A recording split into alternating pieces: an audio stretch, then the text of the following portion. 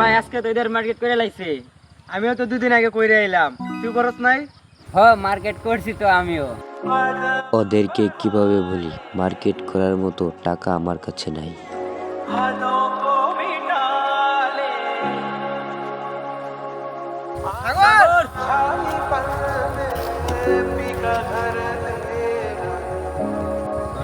মামা কালকে তো ঈদ, কিরকম নতুন কাপড় চোপড় কিনলা? মামা কিনছি তো, কাপড় চোপড় তো কিনছি। মামা, ঈদে তো নতুন কাপড় চোপড় না কিনলে ঈদ হয় না।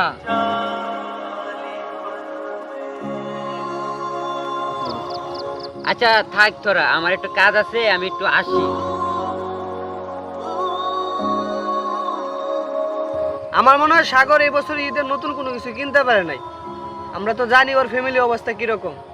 তুই আর আমি টাকা দিয়া ওর একটা ঈদের সময় নতুন পাঞ্জাবি গিফট করি। ওই মুসলিম, আমি হিন্দু, ওরে লাগে আমি পাঞ্জাবিতে যাব? ওর ঈদ হয় যেভাবে ইচ্ছা ভাবে কাটাতাও, আমি 1 টাকা দিতে পারবো না ভাই।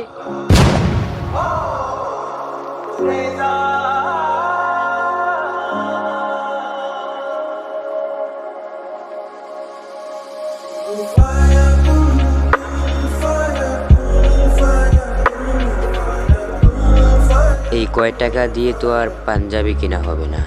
হে আল্লাহ, এই ঈদেও কি আমার পুরনো পাঞ্জাবি কিনতে হবে? সাগর, তুই এখন? বন্ধু, জানি আমি অন্য ধর্মের, তাও তোর এই ঈদের জন্য আমার পক্ষ থেকে ছোট্ট একটা গিফট। বন্ধু তোকে তো আগেই বললাম আমি ঈদের মার্কেট করছি। দেখ বন্ধু, তোর পরিবারের অবস্থা কেউ না জানুক, আমি জানি। এবছর তোর আর পুরনো পাঞ্জাবি পরে ঈদের দিনে ঘুরতে হবে না।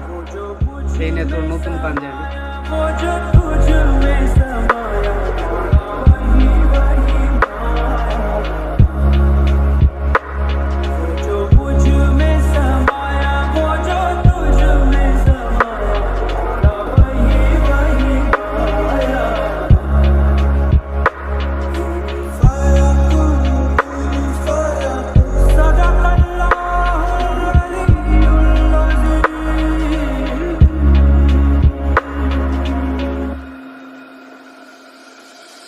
আমরা যখন বন্ধুত্ব করি তখন কোনো ধর্ম দেখি না।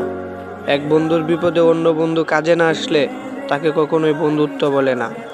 আমাদের চারপাশে এমন অনেক বন্ধু আছে, শুধু যারা নামে বন্ধু, বিপদে কখনো পাশে থাকে না।